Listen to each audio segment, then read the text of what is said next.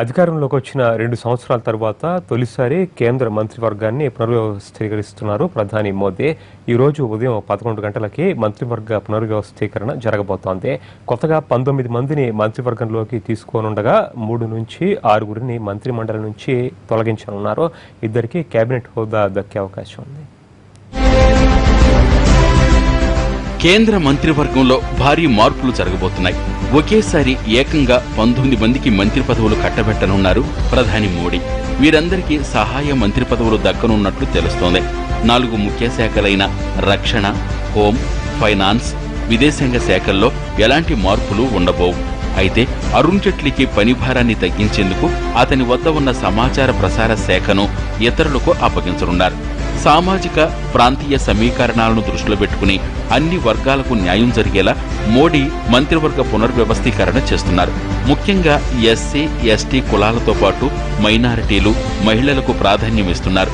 PP Chaudhary, Subhash Bhamre, MJ Akbar, Arjun Ram Meghwal, Anil Madhav Dave, Ramesh Jigajinagi, Purushottam Rupala, Jaswant Sinh Bhabhor, MN Pandey, Faggan Singh Kulaste, Vijay Goel, Anupriya Singh Patel, Mansukh Mandaviya, CR Chaudhary, Rajen Gohain, SS Ahluwalia, Krishnaraj, Ramdas Athawale, Ajay Tamta కొత్తగా మంత్రివర్గంలో చేరనున్నారు. ఇందులో జస్వంత్ సిన్హా బభోర్, ఫగన్ సింగ్ కులస్తే గిరిజనులు కాగా అజయ్ టామ్టా, రామ్దాస్ అథవాలే, అర్జున్ రామ్ మేఘవాల్, రమేష్ జిగజ్నాగి, కృష్ణరాజ్ ఎస్సీలు, ఎంజే అక్బర్, ఎస్ఎస్ అహులూవాలియా మైనారిటీ వర్గానికి చెందినవారు కాగా అనుప్రియ సింగ్ పటేల్, కృష్ణరాజ్ మహిళలు.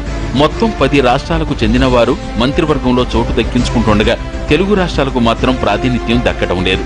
వచ్చే ఏడాది ఎన్నికలను దృష్టిలో పెట్టుకుని అత్యధికంగా ఉత్తరప్రదేశ్ నుంచి 3కి మంత్రివర్గంలో చోటిస్తున్నారు. కొత్తగా మంత్రులవుతున్న వారిలో సుప్రీంకోర్టు అడ్వకేట్తో పాటు ఒక క్యాన్సర్ సర్జన్, ఒక సీనియర్ పాత్రికేయుడు, మాజీ ఉన్నతాధికారి, ఒక రచయిత, రివర్ కన్జర్వేషనిస్టు ఉన్నారు. కొందరికి ఇప్పటికే కర్ణాటక, గుజరాత్, ఉత్తరప్రదేశ్ రాష్ట్రాల్లో మంత్రులుగా పనిచేసిన అనుభవం ఉంది. విజయ్ గోయల్ వాజ్పేయి ప్రభుత్వంలో కేంద్ర మంత్రిగా పనిచేయగా ఫగన్ సింగ్ కులస్తే కూడా గతంలో కేంద్ర మంత్రిగా ఉన్నారు. మోడీ కేబినెట్ లో క్రీడల శాఖ మంత్రిగా పనిచేసిన సర్వానంద సోనోవాల్ అసోం ముఖ్యమంత్రిగా వెళ్లడంతో దేశానికి కొత్త క్రీడల శాఖ మంత్రి రానున్నారు. మంత్రివర్గ పునర్వ్యవస్థీకరణలో భాగంగా ప్రస్తుతం ఉన్నవారిలో కొందరు రాజీనామా చేయనున్నారు. ప్రస్తుతం మోడీ కేబినెట్ లో 66 మంది ఉండగా 82కు పెంచుకునే అవకాశం ఉంది. 19 మందికి మంత్రి పదవులు ఖాయం కావడంతో 3 నుంచి 6 వరకు మినిస్టర్లు రాజీనామా చేస్తారని తెలుస్తోంది. 75 ఏళ్లు పైబడిన వారిని కేబినెట్ నుంచి తప్పించాలని పార్టీ నిర్ణయించడంతో నజ్మా హెప్తుల్లాను తప్పించనున్నారు. ఆమెతో పాటు విజయ్ సంప్లా, నేహాల్ చంద్ గెహ్లాట్, సిద్దేశ్వర్లను మంత్రివర్గం నుంచి తొలగించనున్నట్టు సమాచారం. పునర్వ్యవస్థీకరణలో ముఖ్తార్ అబ్బాస్ నఖ్వీ, పీయూష్ గోయల్ కు కేబినెట్ హోదా దక్కే అవకాశం ఉంది. ఇవాళ మంత్రివర్గ పునర్వ్యవస్థీకరణ ఉండటంతో నిన్నంతా బీజేపీ అధ్యక్షుడు అమిత్ షా బిజీగా గడిపారు. ఆయనతో పలువురు ఎంపీలు భేటీ అయ్యారు. అమిత్ షా కూడా ఆర్ఎస్ఎస్ పెద్దలతో భేటీ అయ్యారు. ఈ రోజు ఉదయం 11 గంటలకు రాష్ట్రపతి భవన్లోని మెజెస్టిక్ హాల్లో మంత్రుల ప్రమాణ స్వీకార కార్యక్రమం జరగనుంది. దీని తర్వాత మంత్రివర్గ సమావేశం ఉంటుందని తెలుస్తోంది. కేబినెట్ విస్తరణకు సంబంధించి మరింత సమాచారం ఢిల్లీ నుంచి మా ప్రతినిధి ప్రసాద్ అందిస్తారు. ప్రసాద్, తాజాగా చోటు కల్పించబోతున్నటువంటి పార్లమెంటు సభ్యులు ఎవరైతే మంత్రుల స్థానాలు పొందబోతున్నారో ఏ అంశాలను ప్రాతిపదికగా తీసుకున్నట్టు కనిపిస్తోంది? మిత్రపక్షాలు కూడా కేటాయిస్తున్నట్లున్నారు. మీ వద్ద అప్డేట్ ఏమిటి? మిత్రపక్షాలు కేవలం 2 ఉత్తరప్రదేశ్ చెందినటువంటి అపనా దళ్, అనుప్రియ పాటిల్ తో సహా అదనంగా ఉత్తర పార్టీలు అంటే బీజేపీ కాకుండా ఇతర భాగస్వామ్య పక్షాలకు అవకాశం కల్పిస్తున్నారు. మిగిలిన 17 మంది అంటే మొత్తం 19 మందిని కొత్త వారికి అవకాశం కల్పించాలన్నది ప్రధానమంత్రి ఉద్దేశంగా కనపడుతుంది. ప్రధానమంత్రి, అదేవిధంగా బీజేపీ అధ్యక్షుడు అమిత్ షా, అదేవిధంగా బీజేపీ పార్టీ రాష్ట్రీయ స్వయం సేవక్ మధ్య సమన్వయకర్తగా ఉన్నటువంటి joint general secretary Kishan Gopal తో సహా వీరంతా కూడా చర్చించుకొని దాదాపు ఈ ఎంపికలో రాష్ట్రీయ సమస్య యొక్క ప్రభావం చాలా ఉంది. అదేవిధంగా ప్రభుత్వం యొక్క ప్రతిష్టను మరింత ఉన్నతంగా చేసేందుకు గాను అదేవిధంగా వారికి ఉన్నటువంటి అనుభవాన్ని దృష్టిలో పెట్టుకుని ఈ ఎంపిక జరిగినట్టుగా తెలుస్తుంది. మొత్తం 17 మంది బీజేపీ సభ్యులకు ఇప్పుడు ప్రధానమంత్రి అవకాశం, కొత్తగా మంత్రులు అయ్యేందుకు అవకాశం కల్పిస్తున్నారు. మిగిలిన ఇద్దరు మాత్రం భాగస్వామ్య పక్షాలు. అయితే ఉత్తరప్రదేశ్, మధ్యప్రదేశ్,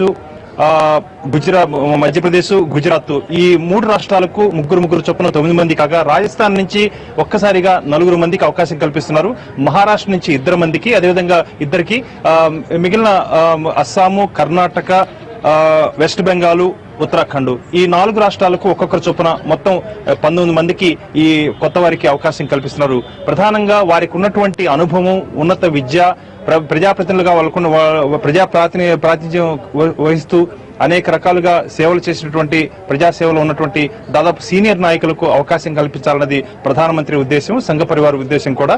అదేవిధంగా రాష్ట్రాల్లో మంత్రులుగా గతంలో పనిచేసిన వారు, వారికి ఉన్నటువంటి అనుభవం, ఉన్నత విద్య, అదేవిధంగా సామాజిక అంశాలు, రానున్న ఎన్నికలు, ఇలాంటి అనేక అంశాలను ప్రాతిపదికగా తీసుకునే ప్రధానమంత్రి వీరందరినీ కూడా ఎంపిక చేసినట్టుగా తెలుస్తుంది. ప్రధానంగా ఉత్తరప్రదేశ్ కు చెందినటువంటి అనుప్రియ పాటిల్తో పాటు శ్రీమతి కృష్ణరాజు, మహేంద్ర పాటే ఎన్నికలను దృష్టిలో పెట్టుకుని ఉత్తరప్రదేశ్ లో బ్రాహ్మణులకు బాగా ప్రాతినిధ్యం కల్పించాలన్న ఉద్దేశంతోనే కల్రాజ్ మిశ్రాతో కాకుండా మహేంద్ర పాండే కూడా అవకాశం కల్పించాలని, అదేవిధంగా ఓబీసీ చెందినటువంటి అనుప్రియ పాటిల్, అదేవిధంగా శ్రీమతి కృష్ణరాజు వీరిద్దరికి కూడా అవకాశం కల్పించారు. వారిద్దరు కూడా మహిళలు కావడం విశేషం. వీరికి అవకాశం కల్పించాలన్నదే ప్రధానమంత్రి ఉద్దేశంగా కనిపిస్తుంది. ఇక మధ్యప్రదేశ్ సంబంధించి సీనియర్ పాత్రికేయులు, సంపాదకులుగా ఉన్నటువంటి ఎంజే అక్బరు, అనిల్ మాధవ్ దావే, పగ్గన్ సింగ్ కులస్తే గతంలో వాజ్పేయి ప్రభుత్వంలో కూడా పనిచేశారు. అదేవిధంగా అనిల్ మాధవ్ దవే అనేక పుస్తకాలను ప్రచురించడం జరిగింది. ప్రచురణకర్తగా కూడా ఆయనకి చాలా పేరుంది, అనుభవం కూడా ఉంది. వీటన్నిటిని దృష్టిలో పెట్టుకుని ఈ ముగ్గురికి అవకాశం కల్పిస్తున్నట్టుగా తెలుస్తుంది. అదేవిధంగా గుజరాత్ మన్సుఖ్ మండావియా, ఇప్పుడు గుజరాత్ చెందినటువంటి మన్సుఖ్ వాసవాను తొలగించి అదే స్థానంలో మన్సుఖ్ మాండవియాకు అవకాశం కల్పించాలన్నది ప్రధానమంత్రి ఉద్దేశం. గుజరాత్ చెంది ముగ్గురికి అవకాశం కల్పిస్తున్నారు. పురుషోత్తం రూపాల, పగ్గన్ సింగ్ కులస్తే ఈ ముగ్గురు కూడా గుజరాత్ నుంచి అవకాశం కల్పించాలన్నది ప్రధానమంత్రి యొక్క ఉద్దేశం కనిపిస్తుంది. అదేవిధంగా రాజస్థాన్ నుంచి పిపి చౌదరి, సిపి చౌదరి, అదేవిధంగా అర్జున్ రామ్ మేఘవాల్ గతంలో ఐఏఎస్ ఆఫీసర్ గా పనిచేశారు.